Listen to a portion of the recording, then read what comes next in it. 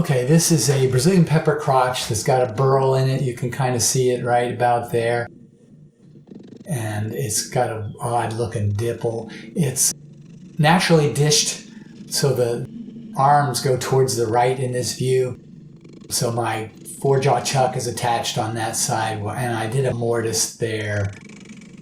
And then I'm going to machine this out and make it basically a very flat 3-armed platter. It's maybe 7 inches across the points. It's, let's see, I said it's Brazilian pepper. It's an invasive here in Florida. You like to get rid of, everybody's happy for you to get rid of it. It's naturally kind of reddish tinted. It's red, more red when you're turning than when it finally gets done, and it tends to turn brown over time. I donated this bowl or this platter when I got done with it to my local trails committee. And I also removed this from the park. So this is, they're glad to get rid of it. I put a wooden nickel in the bottom when I get down here, so I'm getting ready to cut out my mortise for the wooden nickel that goes on the bottom. And initially I'll use that to make the shape, and then when I get done I'll put my wooden nickel laser cut 2-inch diameter logo with my web address on it. It's got the 2 nice little burls here. Oh, we do film this with what I like to call slow-mo time-lapse, so that what you can see in this video, I can't see. Oh, I've turned it around now. So I'm starting to machine the top side of it, the dish outside. But you can see the bowl is the platter's barely turning, but yet the machining is taking away things very rapidly. So it's our special video technique. It takes a lot of work on my son's part to process the video.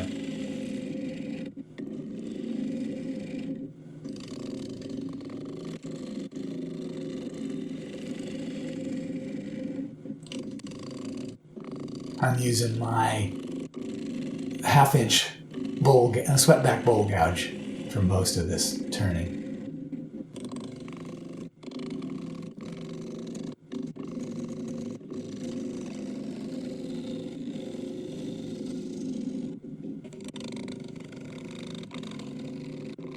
I've done several Brazilian pepper turnings.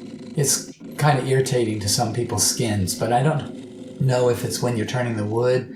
There's not really much that's irritating, but some people have allergy to Brazilian pepper. Once I finish it, it'll be coated with polyurethane or whatever finish I put on this.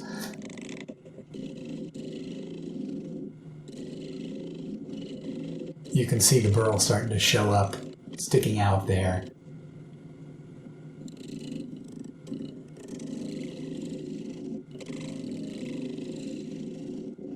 And like I said, this was naturally dished, so this side had a little slope to it. Now I'm using my Sandaflex. I got that, I noticed that Phil Anderson of Shady Acres was using that, and I thought, hey, that's kind of nice. I actually thought I had one, but what I ended up having was something a little bit different than this.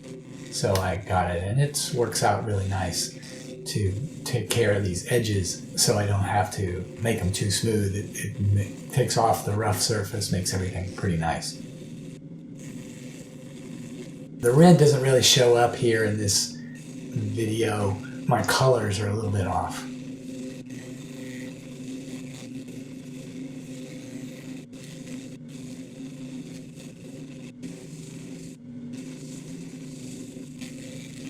Now here, what's interesting is I'm sanding this while it's spinning there, and yet it's hard to tell that. And then I did it by hand, my 2-inch sander. Now here it is at the end. You can kind of see the reddish color to it. Brazilian pepper is a pretty nice wood for turning.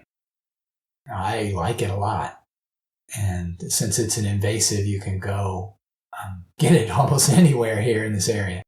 Now it tends to be this size, which that's 3 inches across the trunk sizes. You can get much bigger than that, but most of the time I find it's in that size. I do have a big piece out in the garage that I'm waiting for it to dry a little bit, and then I'm going to turn just a regular old bowl. There's the flip side. Again, you can see a nice view of the burls that were there and that funny looking little dent in it. It's a very interesting look on the bottom. And there's my wooden nickel with my W